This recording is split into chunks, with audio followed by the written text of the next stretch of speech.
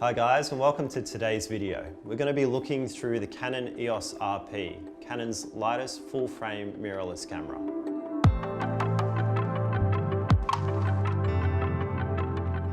So let's get started. We're going to start off with all the functions on the top of the camera.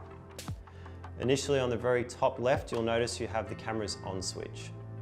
Just on the other side of the hot shoe, we have our mode dial, which allows us to change our camera's mode from completely automatic through to scene modes where we can select fireworks, we can select portraits, we can select low light, a whole bunch of easy to use functionality. Next, we've got the video mode. This here is the mode that you need to be in if you need to shoot in 4K. The other modes here, we have the custom functions mode C1, 2, and 3. And then going down further, we have bulb mode, manual mode, AV, TV, and FV mode. These are semi-automatic modes that allow you to control the camera's aperture or shutter speed depending on which mode you've selected. Moving along, we have our red dot on the top of the camera here. This is our record button for video. Press to start recording and push again to stop recording. As I mentioned before, this back wheel here is your control wheel. You have two control wheels, one on the top which can be controlled by your index finger and one that can be controlled with your thumb wheel. Depending on which camera mode you're in will depend on if you're adjusting the aperture, the shutter speed, the ISO, or even exposure compensation. Next up along the top is the lock function. Pushing the lock up will enable the lock to lock in these control dials that you have on your camera.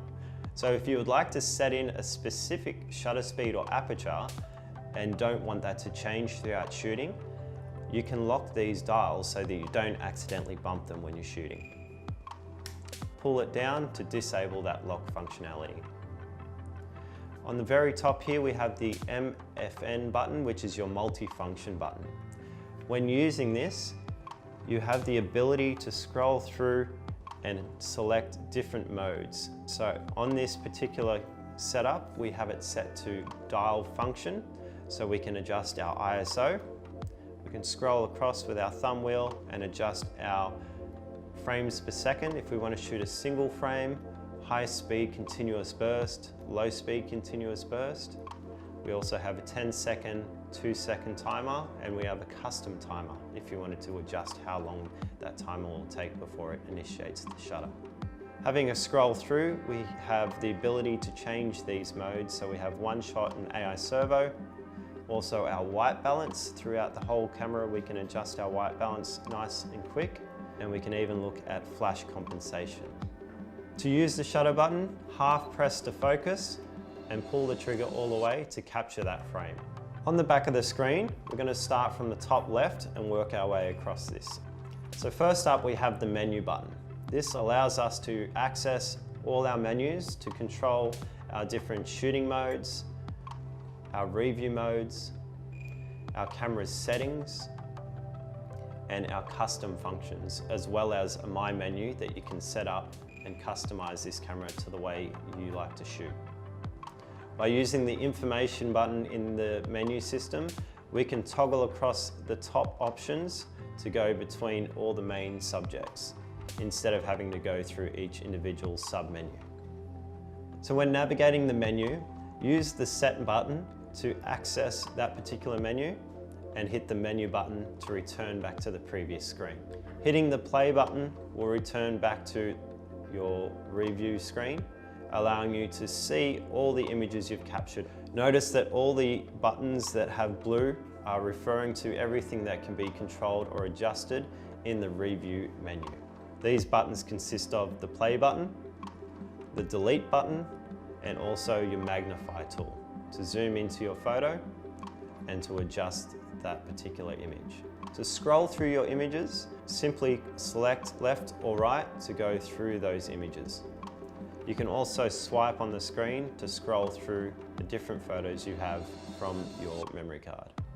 The great thing with this camera is that it's completely touch screen active. So whether you're shooting or you're adjusting your menu, you have the ability to scroll through and adjust different modes at the touch of a finger. When reviewing your images, you can even pinch to zoom or swipe through. On the left-hand side of the camera, you'll find a range of ports that allow you to connect remotes or connect via USB or to a HDMI port as well.